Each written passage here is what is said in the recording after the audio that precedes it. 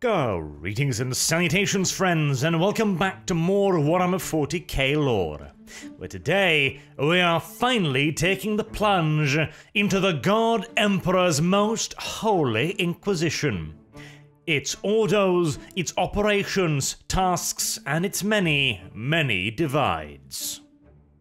For whilst, to the casual observer, an average imperial citizen, the Inquisition might appear a monolithic entity, it is in fact rather fractured, not only in the three main ordos, Xenos, Hereticus, and Malleus, but in tens of thousands of minute divides and factions within the wider Inquisition. These factions can be based on personal philosophies, they can be based in doctrine, or particular approaches to certain situations and problems. The divide between the various factions could be as small as a disagreement on a particular point of esoteric dogma, or as wide as a major disagreement as to the very purpose and/or the approach of the Inquisition. And today we are going to be investigating one of these wider divides, Xanthism, the idea that chaos should be used to defeat chaos. An idea which is undoubtedly going to lead us into some esoteric ramblings on the nature of the great enemy, be you assured of that, but before we get into the topic, I would like to take a moment for a bit of an out-of-character clarification here, because I haven't been doing any sort of inquisitorial coverage on the channel. In part because, well, it's one of those more popular topics, and I've always prided myself in focusing on the more esoterical aspects of 40k, but as I already mentioned, there are a lot of factions within the Inquisition, many of which are very, very interesting, Xanthism being simply one of them, and another reason was that I figured since they'd announced the Eisenhorn TV show was coming up, might as well wait around for that, make it relevant, you know. But after several years of no news and Warhammer Plus,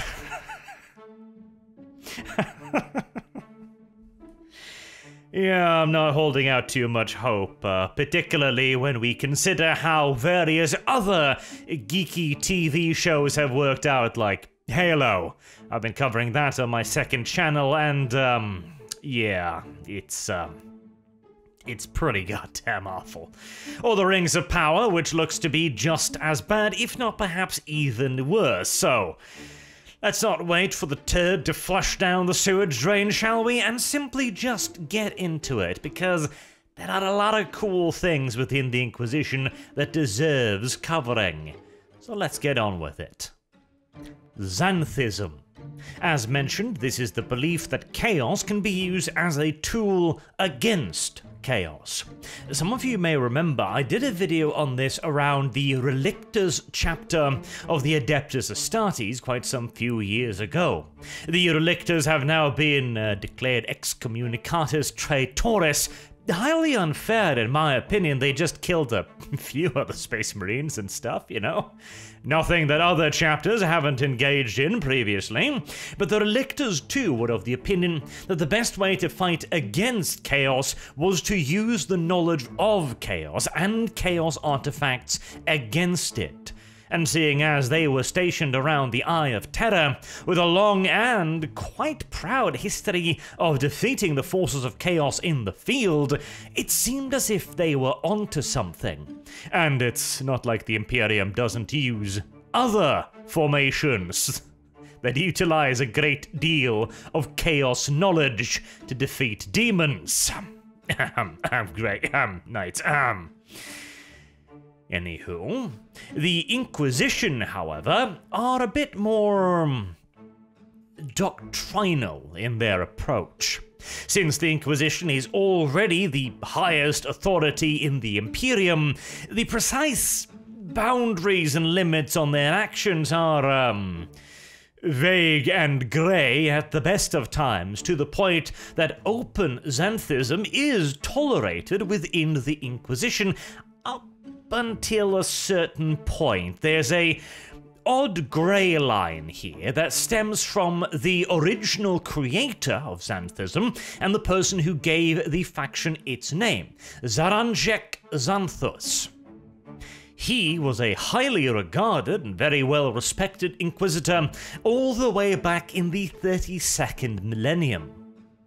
The precise nature and scale of his exploits are no longer known, due in large part to his fiery demise, but as he was referred to as Master, and had apparently produced quite a number of apprentices to inquisitors, he must have been around for quite some time, and he must also have been pretty successful in what he was doing, up until the point where a group of fellow inquisitors accused him of heresy.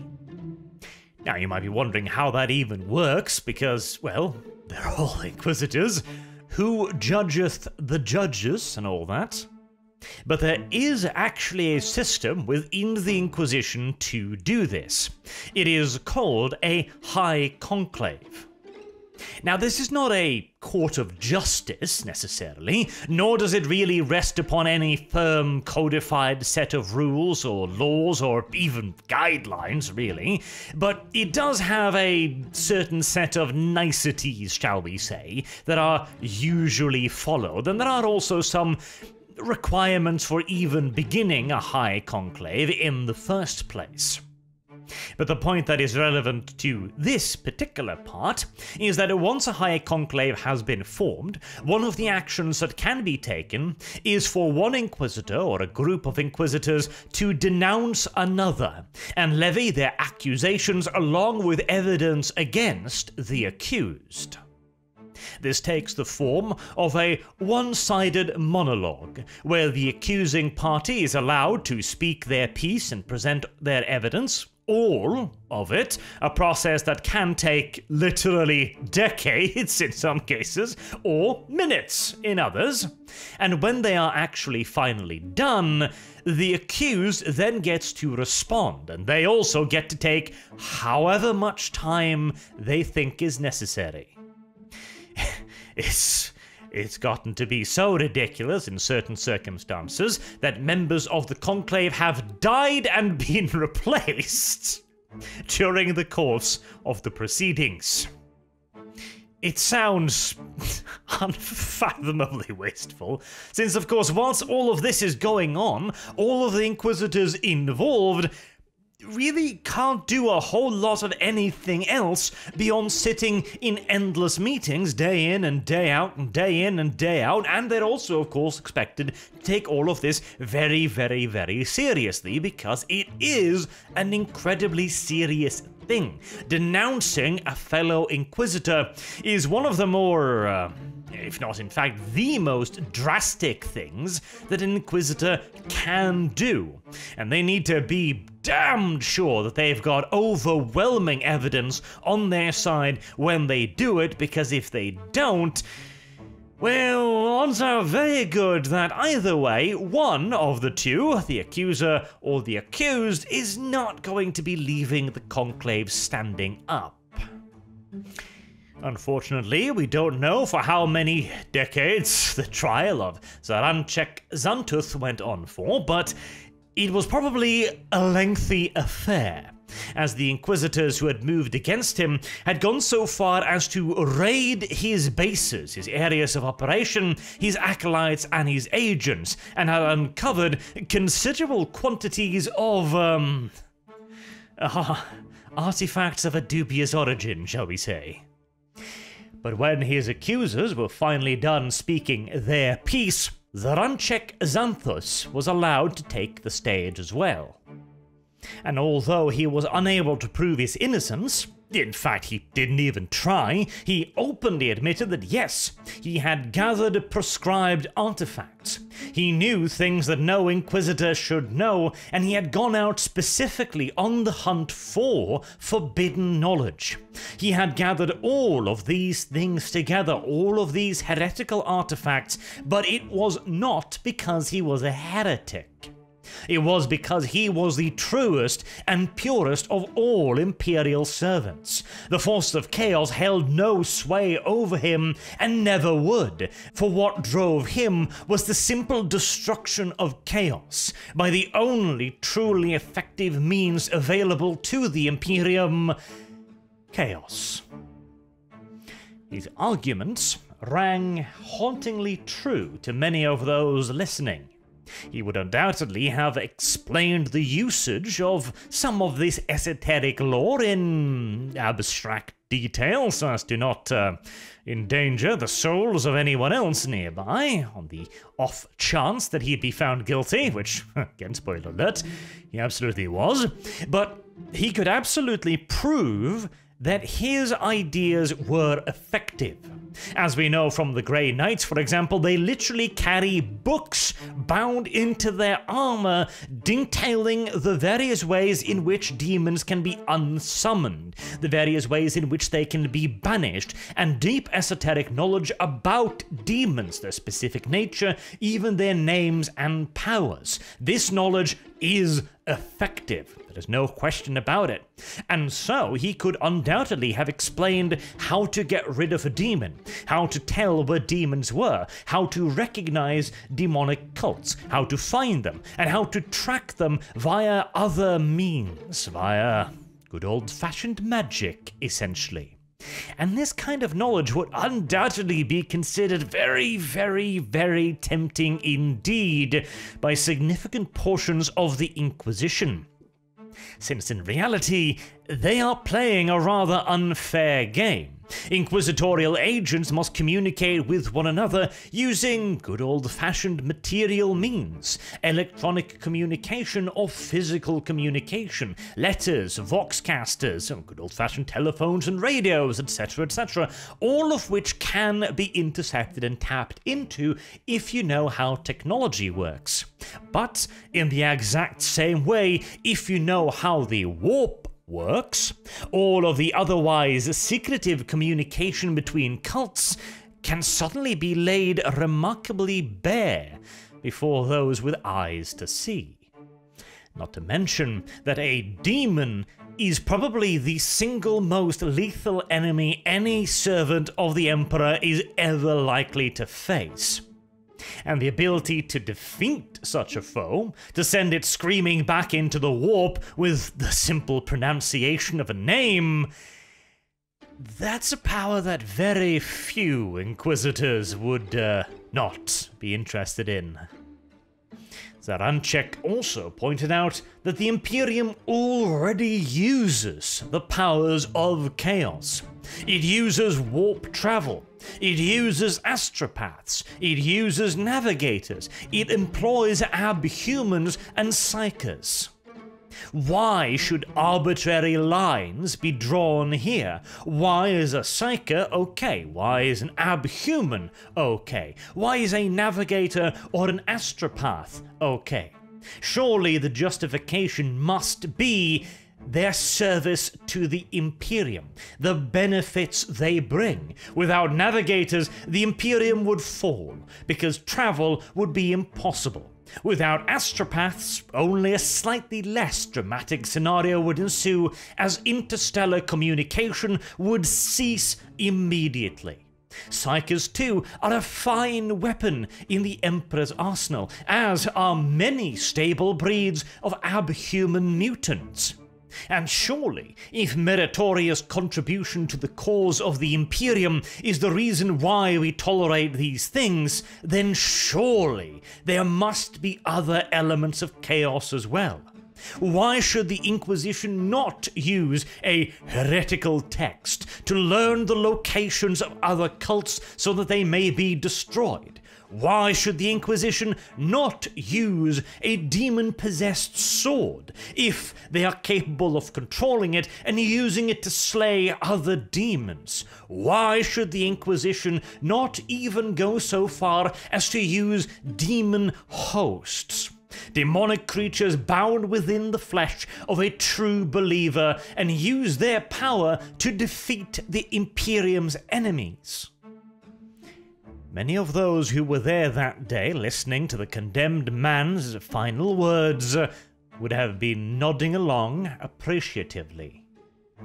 And the fact that Xanthus was in the end condemned to death by burning at the stake did not at all change their perception of things.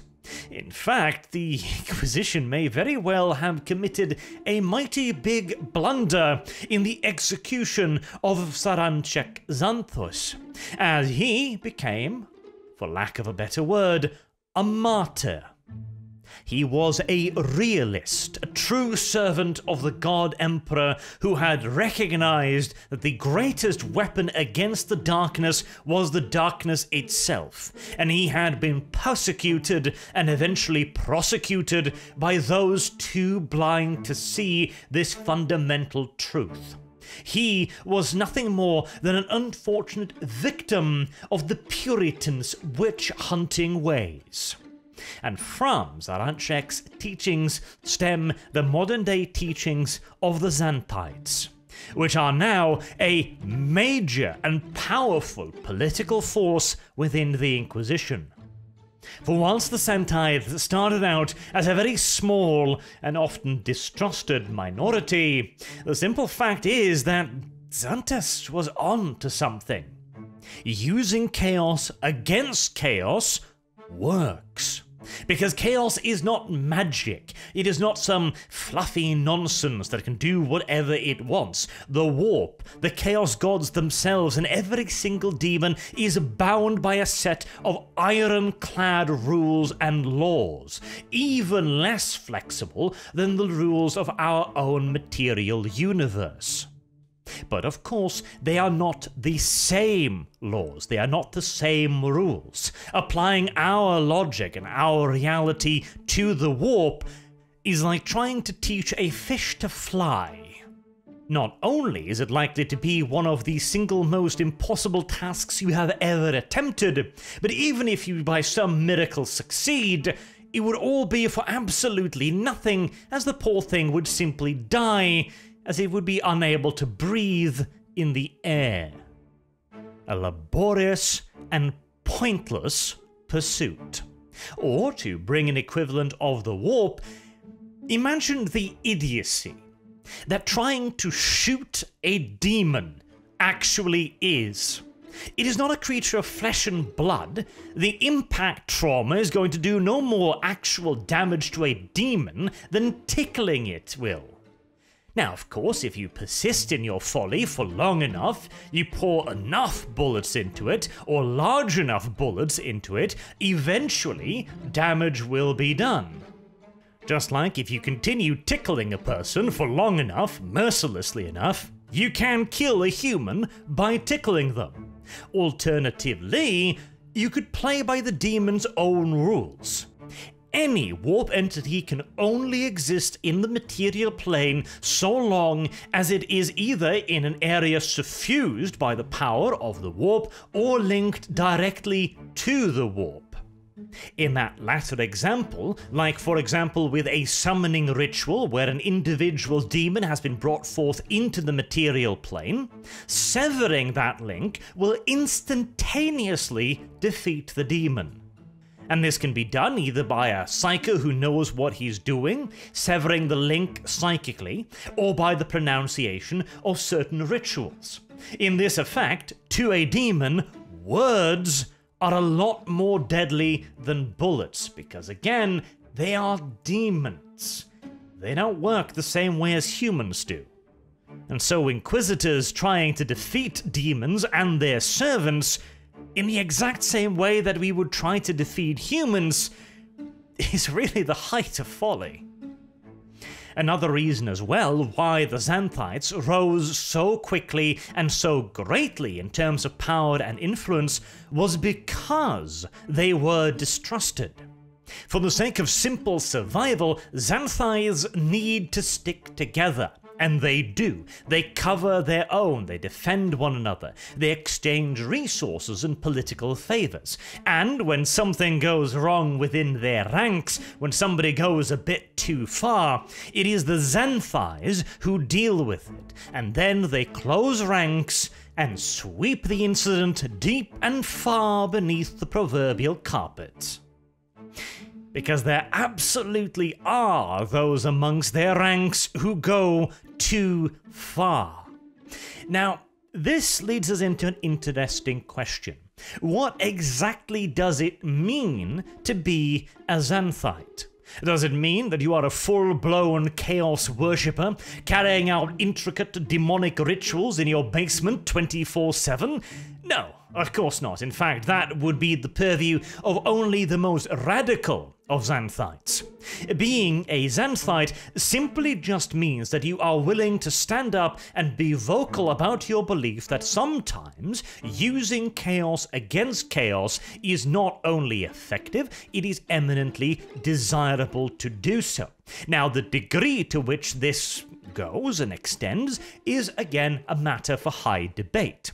Many Xanthites, for example, will universally condemn the usage of things like demon hosts or demonic weaponry or particularly dangerous tomes of forbidden knowledge, but they will argue that if they gain access to, say, for example, a chaotic communication device, an item which a cult uses to communicate with another, that instead of simply destroying it, they use it, they tap into it, they figure out how it works and whether or not it can be replicated safely.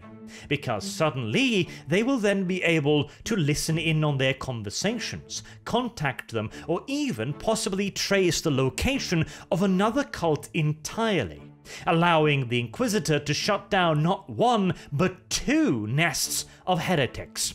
And maybe, who knows, the second nest may have yet further heretical knowledge. Maybe they are communicating with yet a 3rd group via the means of a magical book. Anything you write in the book will appear on the pages of the 2nd book, for example. Others might not even go that far and simply use the servants of chaos against other servants. Normally, whenever a heretic or cultist is captured, they are tortured and any and all information that is conceivably possible to extract from them is extracted, after which the person is immediately executed. A Xanthite might think to himself, okay, well, I could do that, or I could flip him.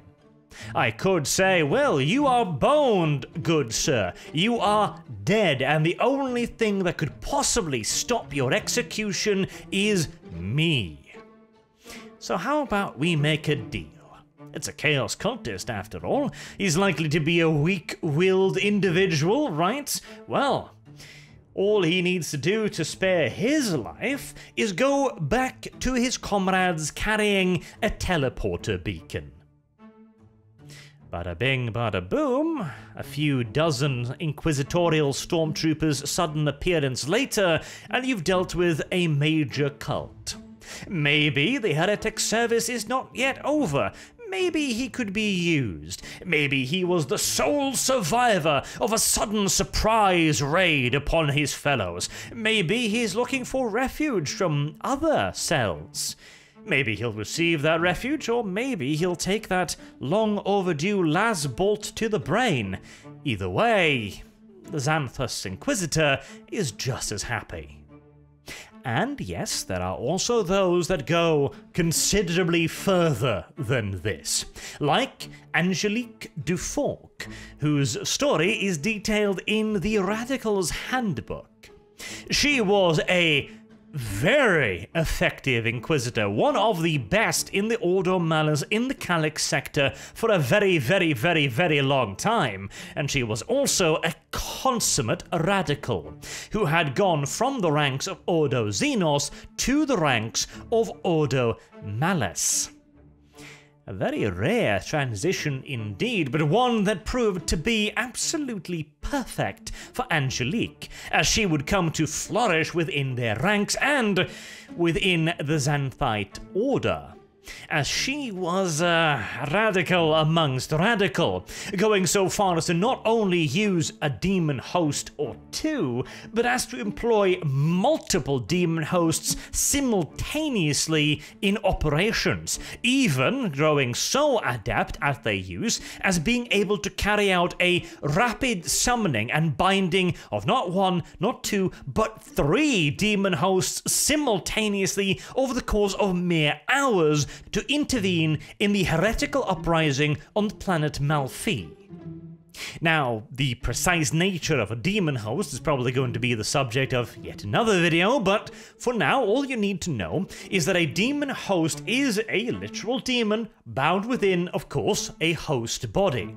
There are a great deal of further things that need to be done before any of this can be done with even a remote degree of safety, but once done successfully, you can bind a tremendously powerful entity with very strict control and shackles within the body of the host, and the demon host can be used as an incredibly lethal weapon.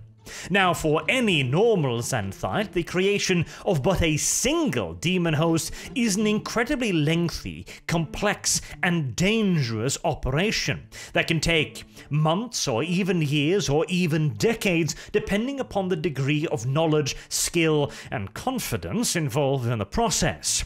Yet, Angelique made 3 of them whilst on a shuttle burning through the atmosphere towards one of the highest spires of Mallefi.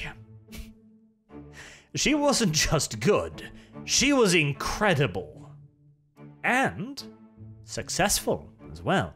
She did manage to stop the Chaos Uprising. She did manage to defeat the arch-heretic before he could ascend to full demonhood, and she survived, we think. And not in one piece, but even simple survival would be far beyond the hopes of nary any Imperial servant at that point. But in light of this story, the story of Angelique de Fork, who clearly had gone a hell of a lot further than pretty much anyone else, 3 demon hosts at the same time in a hurried ritual, where does the line go? Because if she can push it that far, is there even a line? Well, yes, there is. Bearing in mind that Angelique de Fork is a very rare and exceptional circumstance. She was not merely an incredibly famous and successful inquisitor, she was somebody who had been offered the rank of Lord Inquisitor half a dozen times and turned it down. Somebody like that is going to have a tremendous amount of wiggle room. And of course, remember again that we are talking about inquisitors here. It's not like they can just get arrested or anything like that. They have to be accused and denounced by another inquisitor. And this is a very, very, very high-risk gambit again. Because, well, there's really no clear guiding lines within the Inquisition what precisely constitutes heresy within the Inquisition's ranks. You can bring forth a demonic artifact and go, "Ha! I found this in your house, therefore you're a heretic." And they'll simply say, "Yeah, I was doing experiments on that, trying to figure out how to destroy it. In fact, here's all of the paperwork. You can see that I've taken all of the various precautions, so that's bullshit." And if the accusation falls flat and the accused is not condemned or punished in some way, bearing in mind the punishment doesn't necessarily have to be death, although considering the severity of the accusation, it tends to be.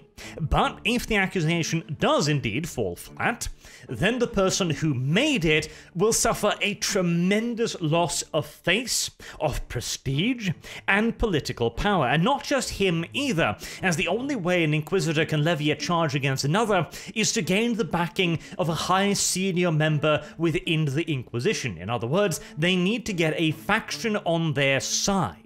A group of inquisitors need to back up the one making the accusation, and if the accusation fails, all of them will lose faiths. And the others will undoubtedly begin distancing themselves rapidly from the original accuser so as to try to save their own prestige and their own standing. And an inquisitor in poor standing, he might run into a lot of trouble. Theoretically, there is nothing outside of an inquisitor's purview. There is no part of the Imperium that he cannot command, but that can go both ways, and inquisitor on inquisitor violence is not necessarily rare. Secretive, sure, but not necessarily rare. And an inquisitor that has already fallen out of favor is going to have a very hard time bringing any further accusations against anyone else, no matter how obvious the assassination attempts might be. And of course, nobody's saying that the assassination has to wait until after the trial.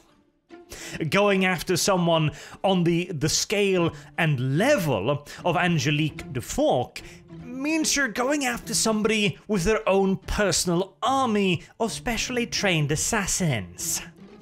Yeah, you've got far more than a court date to worry about. But beyond the purely practical, where does the theoretical line goes? When is somebody actually corrupted by chaos? When does the process start? Is it avoidable? Is it preventable? Can you stop at any point, or is the slide towards eventual damnation completely inevitable? Well, that is a question that is probably impossible to answer with any real degree of certainty, as humans are very different, and the rate at which they fall, the ease at which they fall, or how far they can go down the path before it becomes an unstoppable decline probably also varies a lot. For example, we have the case of Colonel Commissar Ibrahim Gaunt. He and a select few members of his Tanith Thirst and Only went on extended behind enemy lines deployment on the chaos-held world of Geryon. A very, very, very nasty planet, thoroughly infested. And they spent, well, too long there to avoid suspicion of taint. Yet Ibrahim Gaunt and his group, the ones that returned, claimed that they had not been affected by chaos in the slightest, because they had clad themselves in the armor of contempt. Ibrahim and his group hated chaos. They recognized it for what it was, and they loathed and despised it. They held it in the utmost of contempt, and therefore were able to keep it from their souls. Now, whether or not such a fanciful notion is indeed true, or if the world simply wasn't that tainted, or if chaos simply doesn't work that way, because, well, we don't know. There are many examples of chaos-tainted worlds seemingly having a strange effect on the populace. But is this really because chaos lies in the stones, in the air, in the water? Or if it is a human psychological phenomenon? When everyone around you praises the chaos gods, maybe you begin praising the chaos gods. Maybe you begin believing in the half-hearted praise you are offering up. Maybe you begin seeing significant advantages in being seen as a fervent believer, and so on and so on. The question is further complicated by the fact that we do know that chaos can inhabit things and parts of our world. Chaos can exist within weapons. It can be bound within the very ground itself, into earth and stone, due to prolonged exposure. But how long is that exposure? What kind of elements? Where are they? What are the influence of these items? Can they be withstood with a strong enough faith and conviction? Well, again, chaos is bound by certain rules. A person believing that he is immune to the influence of chaos might very well actually impart a certain degree of protection onto that person. Because again, remember, chaos is us. It is our beliefs, our opinions, our feelings, our emotions reflected in the warp. Therefore, it seems entirely feasible to think that people with a strong will and faith, like inquisitors, would be able to use and exist alongside chaos artifacts and items for long periods of time without becoming corrupted. Now again, whether or not this is an inevitability, whether it's just a question of time, etc., seems again kind of impossible to answer, but chaos corruption in and of itself, for all of the difficulties inherent within defining it, well, it is not magic. That's the thing. It is not magic. It is a science. It does operate by rules and restrictions. The more of these that an Inquisitor learns, the better he will be able to protect himself from the influence of the warp. He can weave wards into his clothing, into his studies. He can cover the weapons in warding cloth, or a scabbard for a demonic sword, with certain runes to keep the creature within the blade in a deep slumber so as to not affect his influence. There are many, many things that can be done because, again, it's not magic. In the same way that a bolter shell is not magic, yet appears as such to a savage mind. An Aquila lander is a great thunderbird of legend to a cave-dwelling simpleton. The same way that a greater demon is, well, a greater demon to a normal human. Even the demons themselves admit they've taken on the term because, well, it works. It grants them a degree of power, influence, and reputation amongst humans. If they are assumed to be demons, they are given a wide range of attributes that belong to demons, like ferocity, strength, and damn near invulnerability. And the vulnerabilities that they do take on, such as certain superstitions, ideas that demons are vulnerable to holy icons, like the Imperial Aquila, for example, well, these are minor inconveniences in comparisons to the strengths offered up. Simultaneously, however, again, complex topic, chaos is subtle. It is not necessarily overt. Like, very few Inquisitors begin out, starting out their careers as Xanthites. More often than not, they will be blue-eyed, optimistic, and naive Puritans, believing that their jobs as an Inquisitor is simple. It is good versus evil, it is black versus white, it is... There are no shades of grey. They are the absolute moral arbiters, and their morale is perfect, ergo, they are good. And any action taken by a good person must inherently be good.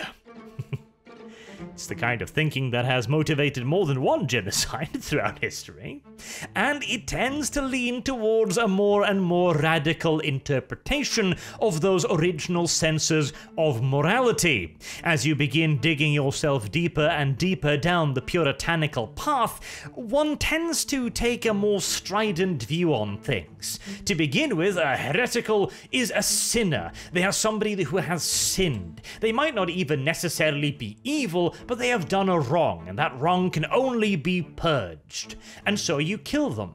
There is no particular feelings in mind. You hate the sin, but the heretic, the sinner, is but a poor imperial servant that must be cleansed through fire.